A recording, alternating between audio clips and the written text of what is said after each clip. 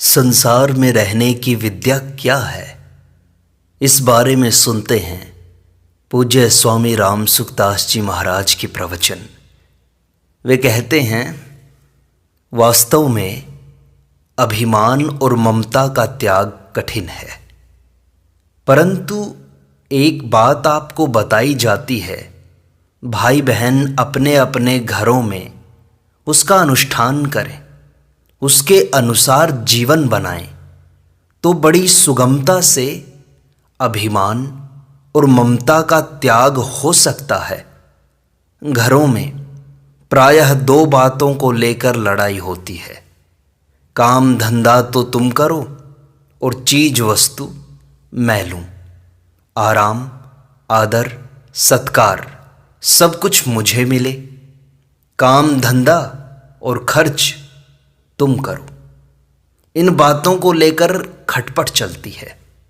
अगर इनको पलट दिया जाए, अर्थात काम धंधा मैं करूं, आराम आप करो, आदर सत्कार मान प्रशंसा ये लेने की नहीं देने की चीजें हैं, तो दूसरों का आदर करें, मान दें, आराम दें, सत्कार करें, उनकी आज्ञा पालन करें, उनको सुख पहुंचाएं।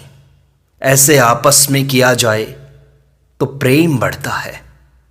मनुष्य का स्वभाव है कि वह अपने मन की बात पूरी करना चाहता है और अपने मन की होने से राजी होता है। धन की, मान की, बड़ाई की, जीने की कामना होती है, परंतु इन कामनाओं में मूल कामना यह है कि मेरे मन की बात हो जाए। यह बात अच्छी नहीं है। अपने मन की बात का आग्रह छोड़कर औरों के मन की बात करता चला जाए तो निहाल हो जाए। केवल दो बातों का ख्याल करना है कि उनकी बात न्याय युक्त हो और अपनी सामर्थ्य में हो। इसका एक सरल उपाय है। यह निश्चय कर लें कि हमें संसार से लेना नहीं है, संसार की सेवा करनी है। क्यों करनी है? क्योंकि पहले लिया है, इसलिए अब देना है। संसार को देना है, संसार से लेना नहीं है। एक मार्मिक बात बताएं, आप ध्यान देकर सुनो। मानव शरीर परमात्मा की प्राप्ति के लिए मिला है। संसार में रहने की एक रीति है, उस रीति को हम धारण करें तो परमात्मा की प्राप्ति बड़ी सुगमता से हो जाए। प्रत्येक काम करने की एक विद्या होती है। यदि उसके अनुसार काम करते हैं तो वह काम पूरा हो जाता है। संसार में रहने की भी एक विद्या है, तो उस विद्या को भी जानना चाहिए। उस विद्या को काम में लें तो बड़ी सुगमता से संसार में रहेंगे और संसार को पार कर जाएंगे। पर वह विद्या है क्या? वह विद्या यह है कि जिसके साथ जो संबंध मान रखा है, उसके अनुसार बड़ी तत्परता से अपने कर्तव्य का पालन करे और उससे अपनी कोई भी इच्छा न रखे, कामना न रखे, वासना न रखे। अपने को लेना नहीं है, बस देना है। यह शरीर है संसार से सुख लेने के लिए नहीं, संसार को सुख देने के लिए। एही तन कर फल विषय न भाई। शरीर का फल तो सेवा करना है। माता के लिए पुत्र बनो तो सपूत बनो, मां की सेवा करनी है। माता के पास जो रुपए हैं, गहने कपड़े हैं, तो यही कहो कि मां, जो तुम्हारे पास है उसे हमारी बहन को दे दो, छोटे भाई या बड़े भाई को दे दो। मेरे ऊपर तो एक ही कृपा करो कि सेवा मुझसे ले लो। माँ बाप की सेवा से आदमी उऋण नहीं हो सकता। उनका जितना भी ऋण हमारे ऊपर है उसे हम चुका नहीं सकते, ऋण को अदा नहीं कर सकते। कोई उपाय नहीं है। तो क्या है? सेवा करके उनकी प्रसन्नता ले लो। प्रसन्नता लेने से वह ऋण माफ हो जाता है। माँ ने जितना कष्ट सहा है, बालक उतनी माँ की सेवा नहीं कर सकता। सब कुछ माँ ने ही तो दिया है। कोई कहे कि मैं मेरे चमड़े की जूती बनाकर माँ को पहना दूं। कोई उनसे पूछे तो सही कि यह चमड़ा भी क्या तुम बाजार से लाए हो क्या? यह तो माँ का ही है, इस पर तू अधिकार क्या करता है? माँ से ही मिला है। आज हम बड़ी बड़ी बातें बनाते हैं, लोगों में विद्वान सज्जन कहलाते हैं, पर यह शरीर मिला किससे है? माँ से मिला है, माँ से पालन हुआ है। आप कितने भी विद्वान हो जाएं, बचपन में बैठना नहीं आता था, माँ ने सिखाया है बैठना, चलना सिखाया, उंगली पकड़कर चलना सिखाया तुम्हें। भोजन करना नहीं आता था, माँ ने बैठाकर मुख में ग्रास दिया, भोजन करना सिखाया। यह दशा थी बहनों की और भाइयों की भी। उस अवस्था में माँ ने पालन किया और बड़े बड़े कष्ट सहे। खेल में इधर उधर जाते, तोड़ फोड़ करते, वृक्षों में उलझते, बिच्छू को भी पकड़ने को दौड़ते, आग में हाथ डालना चाहते, सबसे माँ ने रक्षा की। अब ऐसा देखकर मन खराब होता है। उस समय होश नहीं था कि हम खेल कहाँ रहे हैं, कचरे में खेल रहे हैं या बालू रेत में। अब हमें ऐसा नहीं लगता, कुछ भी नहीं। ये सब ज्ञान माँ ने कराया, बड़ी विलक्षणता से तुम्हारा पालन किया है। कभी कभी भाई लोग अभिमान में आकर कह देते हैं कि क्या बड़ी बात है। उनसे मैं कहता हूँ कि बच्चे को 2 दिन गोद में रखकर तो देखो। माँ में मातृत्व शक्ति है, तब हमारा पालन हुआ। इसलिए जितनी अपनी सामर्थ्य हो माँ बाप की सेवा करो। जो नहीं जानते कृपा करके उन्हें समझाओ कि बड़ों का आदर करो। जो माँ बाप का आदर नहीं करते उनका भगवान भी आदर नहीं करते, कोई उनका विश्वास नहीं करते, क्योंकि जो माँ बाप का नहीं वह किसका होगा? माँ बाप की सेवा करने से भगवान राजी होते हैं, आज्ञा पालन करने से सिद्धि प्राप्त होती है, अर्थात परमात्मा की प्राप्ति होती है। इस कारण भाई बहनों को आज्ञा पालन करनी चाहिए। आज्ञा पालन से क्या होगा? कोई पूछे तो उनकी सेवा होगी और हम अहंकार से रहित हो जाएंगे। वस्तुओं से, उनकी सेवा करने से निर्मम हो जाएंगे। जितनी जितनी चीज़ों को सेवा में लगा देंगे उतनी ही उनसे ममता दूर हो जाएगी, और जितना परिश्रम करोगे उतना अपना अहंकार नष्ट हो जाएगा।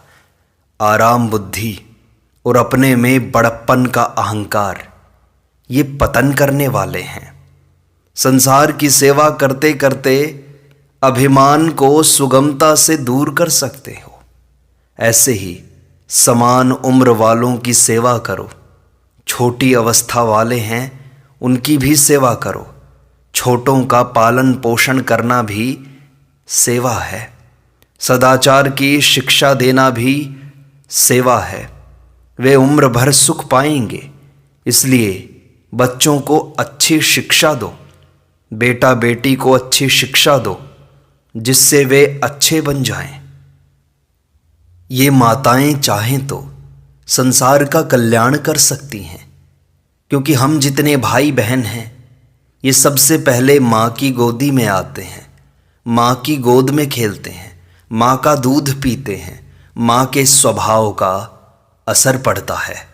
महिलाएं जैसी प्रकृति की होंगी वैसे ही बालक बालिकाएं होंगे। बच्चे वैसे ही नागरिक बनेंगे। बड़े होकर वैसा ही वह देश बनेगा। माँ छोटी अवस्था में जो शिक्षा देती है वह बहुत काम करती है, क्योंकि बचपन में पड़े हुए संस्कार बहुत काम करते हैं। अतः माताएं चाहें तो देश का बड़ा सुधार कर सकती हैं। माताओं में मातृत्व शक्ति होती है, ये उसका उपयोग करें। भगवान ने इन्हें शक्ति दी है। ये छोटी छोटी बालिकाएं हैं, ये भी अपने भाई बहन का जैसा पालन करती हैं। बड़े लड़के अपने भाई बहन का वैसा पालन नहीं करते। आप छोटे भाई बहन को बड़े भाई की गोदी में देकर देखो, थोड़ी देर बाद ही उनके हाथ पैर फूलने लगते हैं। लेकिन बहनें बड़े प्यार से पालती हैं। बहनें अपनी चीज़ें भी छोटे भाई बहनों को खिला देंगी। इसलिए यह शक्ति माँ बनने के लिए भगवान ने उनको दी है। यह जो शक्ति इन्हें दी है, यदि ये इस शक्ति का उपयोग करें तो बड़ी सुगमता से निर्मम हो सकती हैं। अब आगे की बात बताते हैं। संत के सत्संग मिलने के समान स्वर्ग और मुक्ति की भी तुलना नहीं हो सकती। समय इतना कीमती है, समय मिले तो इसे बेकार मत जाने दो। इस समय को उत्तम से उत्तम, ऊंचे से ऊंचे काम में लगाओ। धन की लोग बड़े आदर के साथ रक्षा करते हैं, तिजोरी में बंद कर देते हैं। धन तो तिजोरी में बंद हो सकता है, पर समय तिजोरी में बंद नहीं हो सकता। समय देने से धन मिलता है, धन देने से समय नहीं मिलता। समय तो हरदम सावधान होने से ही सार्थक होगा, नहीं तो निरर्थक बीत जाएगा। जिन लोगों ने समय का आदर किया है वे बड़े श्रेष्ठ पुरुष बन गए, वे अच्छे महात्मा बन गए। उन लोगों ने क्या किया है? जीवन का समय भगवत चरणों में लगाया है। संसार के भोगों से विमुख होकर परमात्म तत्व जानने के लिए समय लगाया है। वे संत और महात्मा बन गए। समय के बराबर कोई कीमती चीज नहीं संसार में। लव मात्र का सत्संग हो जाए, साधु महात्मा का संग हो जाए, भगवान का संग हो जाए, प्रेम हो जाए, भगवान में आकर्षित हो जाएं, वह समय सबसे ऊंचा है। अतः इस समय को उत्तम से उत्तम काम में खर्च करो। स्वाध्याय करो, जप करो, कीर्तन करो, सेवा करो, अच्छी पुस्तकों का पठन पाठन करो। विषय भोगों में ताश, हंसी दिल लगी, नाच तमाशा, सिनेमा, बीड़ी सिगरेट आदि में समय बर्बाद मत करो। बीड़ी सिगरेट पीते हैं, चिलम पीते हैं। आप जरा विचार करो, आपके पास जो समय है उसमें भी आग लगाते हो, धुआं करते हो, धुआं हो गया धुआं। आपका जो समय है उसमें भी आग लगती है। पैसे गए, समय गया, स्वास्थ्य गया, स्वतंत्रता गई। राम राम राम राम। अरे फायदा क्या हुआ? किसी तरह का फायदा नहीं। जो नहीं पीते हैं उन्हें आपने गंदगी दे दी, उनकी नाक में भी धुआं चढ़ गया। एक संत से किसी ने पूछा, महाराज क्या आप बीड़ी पीते हो? तो वे बोले, पीते तो नहीं पर लोग पिला देते हैं। गाड़ी में बैठते हैं, लोग फूंक मारते हैं। अब क्या करें? तो जो नहीं पीना चाहे उन्हें लोग ऐसे पिला देते हैं। बताओ, उन्हें तंग किया, दुख दिया। कहा है दूसरों को पीड़ा दी तो आपको क्या मिला? दूसरों की स्वतंत्रता में भी बाधा डाल दी और आप सदा के लिए परतंत्र हो गए, वह भी धुएं के। ऐसे निकम्मे काम में समय लगाया, ये अच्छी बात नहीं। यह समय भगवान के लिए लगाओ तो भगवान मिल जाएं, भक्त बन जाओ। जिनके लिए भगवान कहते हैं, मैं हूँ संतन का दास, भगत मेरे मुकुटमणि। मुकुटमणि बन जाते हैं लोग। कौन? जो भगवान के चरणों में समय लगाते हैं। भगवान भी आदर करते हैं। उन्होंने क्या किया कि वे अपने समय को भगवान के चरणों में लगाने लगे। ऐसा समय ऐसे नष्ट करने के लिए है क्या? ताश खेलने में, जुआ खेलने में, पत्ते पीटने में समय लगा दिया। राम राम। इससे अच्छा विद्या अध्ययन करते, सेवा करते, दूसरों का उपकार करते तो समय का सदुपयोग होता, कितना बढ़िया काम होता। वह समय ऐसे ही बर्बाद कर दिया। यह समय ऐसे नष्ट करने के लिए नहीं मिला है। दूसरी बात, जो काम करें वह सुचारू रूप से करें। काम करने का तरीका, काम करने की विद्या बढ़ाते ही चले जाओ। लिखना, पढ़ना, बोलना, रसोई बनाना, कपड़े धोना, सफाई करना, झाड़ू देना, बर्तन आदि साफ करना बड़े सफाई से करो, बड़ी सुंदर रीति से करो। सुचारू रूप से काम करने में अच्छा काम होगा। नौकरी ही करना है तो नौकरी का काम ऐसे बढ़िया ढंग से करो कि जिससे मालिक प्रसन्न हो जाए। यदि मालिक कभी नाराज होकर निकाल भी दे तो निकालना तो पड़ेगा, पर आपने वहाँ काम धंधा करके जो विद्या हासिल कर ली, क्या वह उस विद्या को छीन पाएगा? नीति में आता है कि ब्रह्मा जी भी वापस नहीं ले सकते। काम करने की योग्यता है, आपका स्वभाव है, उसे कोई छीन नहीं सकेगा। वह गुण तो आपके पास सदैव रहेगा। वह कितनी बढ़िया बात है। थोड़े समय में, थोड़े खर्चे में बढ़िया काम हो जाए, ऐसा स्वभाव बनाओ जो सब लोग खुश हो जाएं, प्रसन्न हो जाएं। गृहस्थों में ऐसी बातें हमने सुनी है। जो माताएं बहनें चीज़ें अच्छी बनाती हैं उनका सब आदर करते हैं, पर इस बात का अभिमान नहीं करना चाहिए। अभिमान तो पतन करने वाला होता है। निर्ममो निरहंकारः, अहंकार तो छोड़ना है हमें। अरे काम धंधा करके फिर उससे भी अहंकार कर लो। इसलिए सुंदर रीति से काम करो, सुचारू रूप से काम करो। मान बड़ाई के लिए नहीं, रुपए पैसों के लिए नहीं, वाहवाही के लिए नहीं, अपना अंतःकरण शुद्ध करने के लिए, निर्मल करने के लिए, जिससे भगवान में प्रेम बढ़े। प्रेम बढ़ाने के लिए काम धंधा करो, सेवा करो। काम में चातुर्य बढ़ाने से आपकी मांग हो जाएगी। तीसरी बात, व्यक्तिगत खर्चा कम करो, दान पुण्य करो, बड़े बूढ़ों की रक्षा करो, दीनों की रक्षा करो, अभावग्रस्तों को दो, सेवा करो। पर अपने शरीर के निर्वाह के लिए साधारण वस्त्र, साधारण भोजन, साधारण मकान, उससे अपना निर्वाह करो। भाई बहन सबके लिए यह बड़े काम की बात है। जो खर्चीला जीवन बना लेता है वह पराधीन हो जाता है।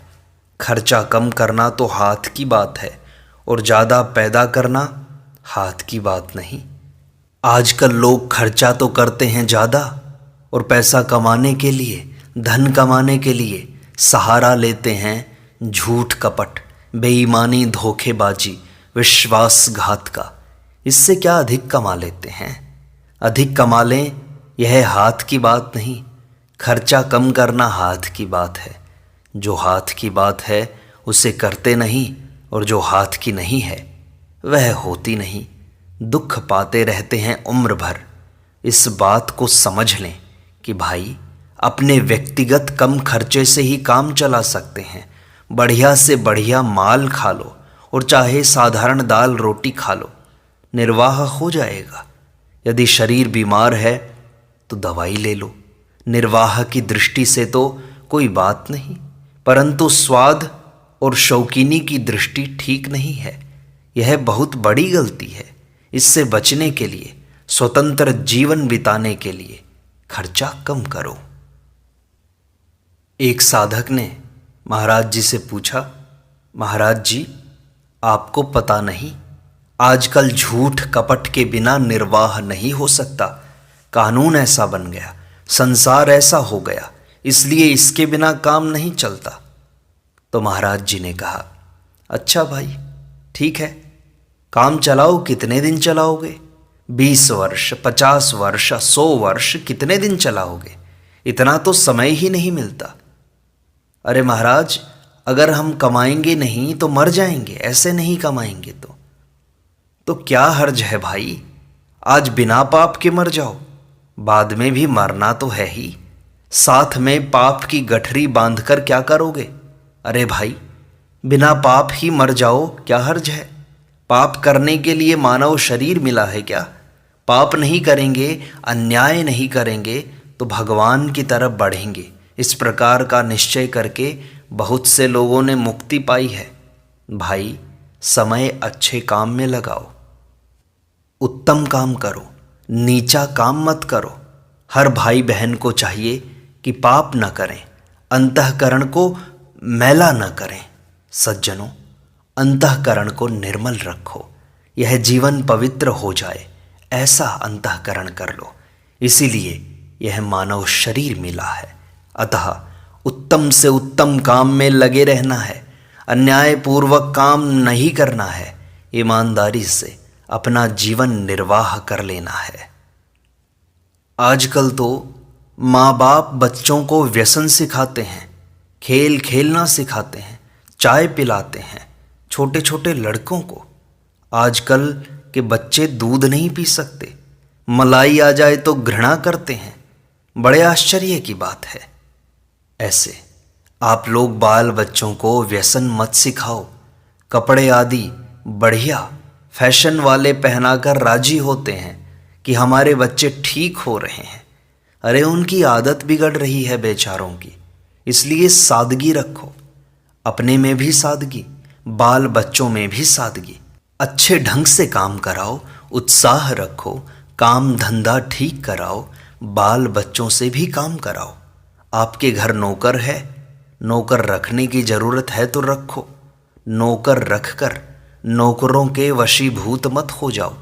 नौकर बढ़िया काम नहीं करेगा, आपको भी सब काम करना आना चाहिए। नौकर जितना काम करते हैं आपको आ जाए तो आपको चकमा नहीं दे सकते।